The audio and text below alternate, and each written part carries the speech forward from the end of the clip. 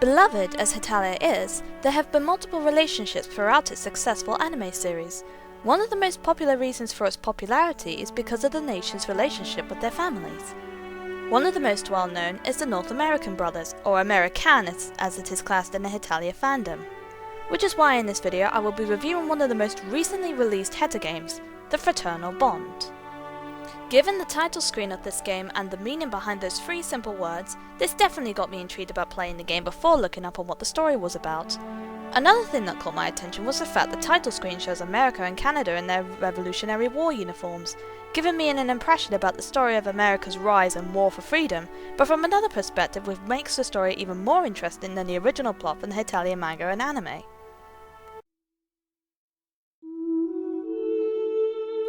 The main protagonist is Alfred F. Jones, who is mourning over the death of his brother who was murdered by a 2B version of himself known as Alex, or Alan as he's referred to in the game.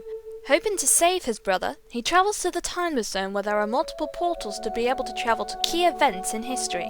America travels back as far as his early childhood to find out about the reasons behind his brother's demise and the secrets of Canada's strange abilities. Throughout the story, America goes with the flow of his timeline, but he sees it from a different point of view for moments that he didn't expect nor was he aware of at the time those moments took place.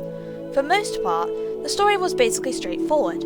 Given that most of us already knew about what happened in the events of America's childhood from birth to the War of Independence, we actually experienced the story from Canada's point of view, so it feels like that the player was there witnessing a flashback of those events from that time period. The change of perspective in the game works really well, and it didn't go over the top on the exposition even though I knew what was going to happen. However, it did give me a different experience for the case of Canada, which I personally thought carried the story and the character development very well. From the start of the game, I was under the impression it was going to be an arcade visual novel, but that was when the expectation went above and beyond. As soon as I encountered the first battler, that was when the challenge came in and ultimately made the game even more intense and encouraging to continue and fulfill the quest. Despite the strong story and excellent sequences of battles and riddles, the controls for the game were a bit frustrating at times. One control that most people enjoy using was the sprint control, as a lot of games encourage the players to explore at their leisure. But here, the controls without the ability to run makes the gameplay harder to cope with. Not in a way that I'd want to sprint all the time, but it kind of feels like being held on by a pair of heavy boots. It was really difficult about the character development for this game because some of the characters we already knew. But it got me emotionally attached to most of them regardless if they were out of character or not.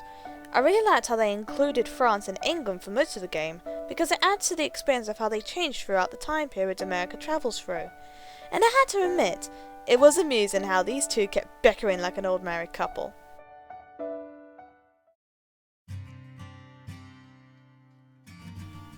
One of my favourite things about RPG games is the music they use, from the classical music of the past, the maze music that made you feel dead inside, to the intense music when you come face to face with Alan.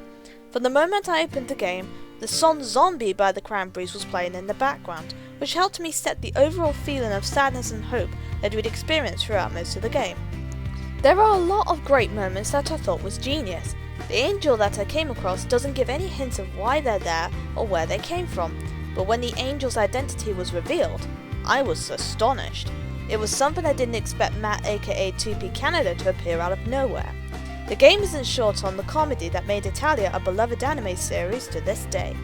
The only downside about the game was the English and grammar, as the creator may not have been from the USA, UK or any other country that speaks the English language.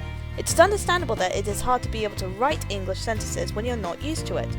English is tricky, but trying to read the text was a bit hard at times. Overall, the story was well developed, the character and comedy was top notch. A few improvements would be the gameplay controls and the English text, but overall, I'd give this game 8 out of 10. Thank you guys for watching my review on the Fraternal Bond. If you haven't played the game yet, I'd recommend it. The link is in the description. I hope to do more reviews for RPG games soon. If there are any ones that you want me to play or review, just comment them below. Thank you for watching. Bye!